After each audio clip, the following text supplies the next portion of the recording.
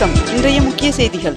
அதானி குழுமத்தை சேர்ந்த அதானி போர்ட்ஸ் நிறுவனம் 2025-26 ஆண்டின் 4ஆம் காலாண்டில் 3329 கோடி ரூபாய் லாபம் ஈட்டியுள்ளதாக தெரிவிக்கப்பட்டுள்ளது. தமிழகத்தில் வாக்கு எண்ணும் மையத்திற்குள் செல்ல QR கோட் அடையாள அட்டை அவசியம் என்று தேர்தல் ஆணையம் அறிவித்துள்ளது. தமிழகத்தில் வெயிலின் தாக்கம் அதிகரித்ததன் காரணமாக தற்போது வரை தமிழகத்தில் சுமார் 1351 ஏரிகள் முற்றிலும் வறண்டுள்ளது என்று தெரிவிக்கப்பட்டுள்ளது. 22 கேரட் ஆபண தங்கத்தின் விலை சவரனுக்கு 1600 ரூபாய் அதிகரித்து ஒரு சவரன் 1,12,800 ரூபாயாகவும் 1 கிராம் 14,100 ரூபாய்க்கும் விற்பனை செய்யப்பட்டு வருகிறது. இதனைத் தொடர்ந்து 1 கிராம் வெள்ளியின் விலை கிராமிற்கு 10 ரூபாய் அதிகரித்து 1 கிராம் வெள்ளி 270 ரூபாய்க்கு விற்பனை செய்யப்பட்டு வருகிறது. 2025-26 4ஆம் காலாண்டில் இந்தியன் வங்கி 3103 கோடி ரூபாய் நிகர லாபம் ஈட்டியுள்ளதாக அறிவித்துள்ளது. நாளை முதல் பழைய மெட்ரோ கார்டுகள் செல்லாது என்று மெட்ரோ நிர்வாகம் அறிவித்துள்ளது. நாளை முதல் சிங்கார சென்னை அட்டை முழுமையாக நடைமுறைக்கு வருகிறது. இதனைத் தொடர்ந்து பழைய கார்டில் உள்ள இருப்பு தொகையை புதிய கார்டில் மாற்றிக்கொள்ளலாம் என்றும் மெட்ரோ நிர்வாகம் தெரிவித்துள்ளது. மதுரை சித்திரை திருவிழா தேரோட்டம் மாசி வீதிகளில் கோலாகலமாக நேற்று நடைபெற்றது. சித்ரா பௌர்ணமியை முன்னிட்டு திருவண்ணாமலைக்கு 3 நாட்களுக்கு சிறப்பு ரயில் இயக்கப்பட உள்ளதாக தெரிவிக்கப்பட்டுள்ளது. மே தினத்தை முன்னிட்டு சென்னை மெட்ரோ ரயில்கள் நாளை ஞாயிற்றுக்கிழமை கால அட்டவணைப்படி இயக்கப்படும் என்று தெரிவிக்கப்பட்டுள்ளது. பழனி முருகன் சுவாமி கோவிலில் உண்டியல் காணிக்கையாக 7 கோடியே 19 லட்சம் ரூபாய் கிடைக்கப்பெற்றுள்ளதாக தகவல் வெளியாகியுள்ளது. உத்தரப்பிரதேசத்தின் கங்கா விரைவுச் சாலையை பிரதமர் நரேந்திர மோடி அவர்கள் திறந்து வைத்தார். தமிழ்நாட்டில் தாவேகா 98 முதல் 120 இடங்கள் வரை முன்னிலை பெறக்கூடும் என்று தேர்தலுக்கு பிறகு நடைபெறும் கருத்து கணிப்பில் தெரிவிக்கப்பட்டுள்ளது. தமிழ்நாடு, கேரளம் உட்பட 5 மாநில சட்டமன்ற தேர்தல் நிறைவடைந்தது.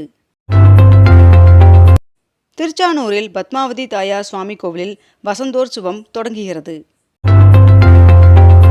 வெயில் தாக்கம் அதிகரிப்பதால் நெடுஞ்சாலைகளில் மதியம் 12 மணி முதல் 4 மணி வரை நெடுஞ்சாலை பணிகளுக்கு தடை விதிக்கப்பட்டுள்ளது. தேர்தலுக்கு பிந்தைய கருத்து கணிப்பில் கேரளாவில் காங்கிரஸ் கட்சி ஆட்சி அமைக்கும் என்று தகவல் வெளியாகியுள்ளது. தமிழ்நாட்டிற்கு மே மாதம் 2.5 DMC தண்ணீர் திறக்க கர்நாடகாவிற்கு காவிரி மேலாண்மை ஆணையம் உத்தரவிட்டுள்ளது. தேர்தலுக்கு பிந்தைய கருத்து கணிப்பில் மேற்கு வங்கத்தில் பாஜக ஆட்சியை பிடிக்கும் என்று தகவல் வெளியாகியுள்ளது. சித்ரா பௌர்ணமியை முன்னிட்டு திருவண்ணாமலையில் அமைந்துள்ள அண்ணாமலையார் சுவாமி கோவிலில் பௌர்ணமி கிரிவலம் செல்ல மேற்கண்ட இந்த நேரம் அறிவிக்கப்பட்டுள்ளது.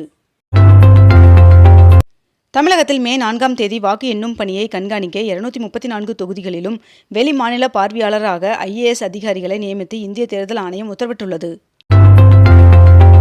மதுரையில் சித்திரை திருவிழா தேரோட்டம் மிக விமர்சையாக நடைபெற்றது. உதகையில் மே 1ஆம் தேதி முதல் சுற்றுலா மற்றும் கனரக வாகனங்களுக்கு போக்குவரத்து கட்டுப்பாடுகள் விதிக்கப்பட்டுள்ளன.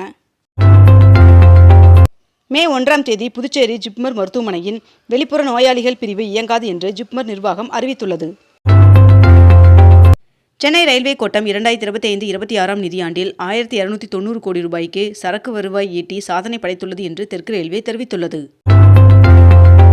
இளநிலை பொறியியல் படிப்பிற்கான சேர்க்கை கலந்தாய்வுக்குரிய விண்ணப்ப பதிவு மே 2வது வாரத்தில் தொடங்குகிறது என்று தெரிவிக்கப்பட்டுள்ளது. ரேஷன் கடைகளில் குடும்ப அட்டைதாரர்களுக்கு கேழ்வரகு வழங்க அரசு முடிவு செய்துள்ளதாக தகவல் வெளியாகியுள்ளது. ஆந்திராவின் விசாகப்பட்டினத்தில் நாட்டின் மிகப்பெரிய AI டேட்டா மையத்திற்கான அடிக்கல் நாட்டு விழா நடைபெற்றது. பெட்ரோல், டீசல் விலையை உயர்த்தும் திட்டமில்லை என்று ஒன்றிய அரசு திட்டவட்டமாக தெரிவித்துள்ளது. சென்னை நந்தம்பாக்கம் வர்த்தக மையத்தில் அக்டோபர் 1, 2 மற்றும் 3 ஆகிய தேதிகளில் உணவு கண்காட்சி நடைபெற உள்ளதாக தெரிவிக்கப்பட்டுள்ளது. நாடு முழுவதும் வெப்ப அலை வீசுவதால் சுகாதார நிலையங்களில் சிறப்பு பிரிவுகளை அமைக்க அனைத்து மாநிலங்களுக்கும் மத்திய அரசு அறிவுறுத்தியுள்ளது. தெலுங்கானாவில் காவலர்களுக்கு அவர்களின் பிறந்த நாள் மற்றும் திருமண நாளன்று சிறப்பு விடுமுறை வழங்கப்படும் என்று அறிவிக்கப்பட்டுள்ளது. தமிழக வெற்றிக் கழக தலைவர் விஜய் அவர்கள் திருச்செந்தூர் சுப்பிரமணிய சுவாமி கோவிலில் சுவாமி தரிசனம் செய்தார். வருகின்ற மே 15ஆம் தேதிக்குள் தமிழக காங்கிரசின் புதிய தலைவர் நியமிக்கப்படுவார் என்று தகவல் வெளியாகியுள்ளது. உழைப்பாளர் தினமான மே 1 மற்றும் வாக்கு எண்ணிக்கை முன்னிட்டு மே 4 ஆகிய தேதிகளில் தமிழகம் முழுவதும் டாஸ்மாக் கடைகளுக்கு விடுமுறை அறிவிக்கப்பட்டுள்ளது. மே 4ஆம் தேதி வாக்கு எண்ணிக்கை நடைபெறுவதை ஒட்டி தமிழக அதிகாரிகளுக்கு இன்று பயிற்சி வழங்கப்பட உள்ளது. அமைச்சர் ஐ. பெரியசாமி அவர்களுக்கு எதிரான அமலாக்கத்துறை வழக்கை சென்னை உயர்நீதிமன்றம் ரத்து செய்தது. சித்ரா பௌர்ணமியை முன்னிட்டு திருவண்ணாமலைக்கு சிறப்பு பேருந்துகள் இயக்கப்படும் என்று போக்குவரத்து கழகம் அறிவித்துள்ளது. தெலுங்கானா அரசு மாநிலத்தின் உள்கட்டமைப்பை மேம்படுத்தும் நோக்கில் ஹைதராபாத்தை மையமாக கொண்டு பிரம்மாண்டமான அதிவேக ரயில் வலைப்பின்னலை திட்டமிட்டு வருகிறது. வங்கி முறைகேடு வழக்கில் அனில் அம்பானி அவர்களுக்கு சொந்தமான 3034 கோடி ரூபாய் சொத்துக்களை அமலாக்கத்துறை முடக்கியது. சித்ரா பௌர்ணமியை முன்னிட்டு தமிழகத்தில் சிறப்பு பேருந்துகள் இயக்கப்பட உள்ளதாக தெரிவிக்கப்பட்டுள்ளது. ஹைதராபாத் மும்பை இடையிலான அதிவேக ரயில் பயண நேரம் 3 மணி நேரமாக குறைக்க அரசு திட்டமிட்டுள்ளதாக தகவல் வெளியாகி உள்ளது. கோவை ஜி.டி. நாயுடு மேம்பாலத்தில் கண்காணிப்பு கேமரா பொருத்தப்பட்டுள்ளது. தமிழகம் புதுச்சேரியில் ஒரு சில இடங்களில் இன்று முதல் மே 2ஆம் தேதி வரை வெப்பநிலை இயல்பை விட 2 முதல் 3 டிகிரி செல்சியஸ் அதிகமாக இருக்கக்கூடும் என்று சென்னை வானிலை ஆய்வு மையம் தகவல் தெரிவித்துள்ளது. புதுச்சேரியில் மக்கள் தொகை கணக்கெடுப்பு பணி ஜூன் மாதம் 1ஆம் தேதி முதல் தொடங்குவதாக அறிவிக்கப்பட்டுள்ளது. மன்னார்குடி திருப்பதி இடையிலான விரைவு ரயில் LHB தொழில்நுட்ப பெட்டிகளாக மாற்றம் செய்து தெற்கு ரயில்வே அறிவித்துள்ளது. உலகின் 5வது பெரிய இராணுவ செலவை செய்யும் நாடு என்ற அந்தஸ்தை பெற்றது இந்தியா. 12ஆம் வகுப்பு முடித்த மாணவர்கள் தமிழக அரசு கல்வி நிறுவனத்தில் தொழிலாளர் மேலாண்மை பட்ட படிப்பில் சேரலாம் என்று தெரிவிக்கப்பட்டுள்ளது. மேலும் இதற்கு மே 18ஆம் தேதிக்குள் விண்ணப்பிக்கலாம் என்றும் தெரிவிக்கப்பட்டுள்ளது.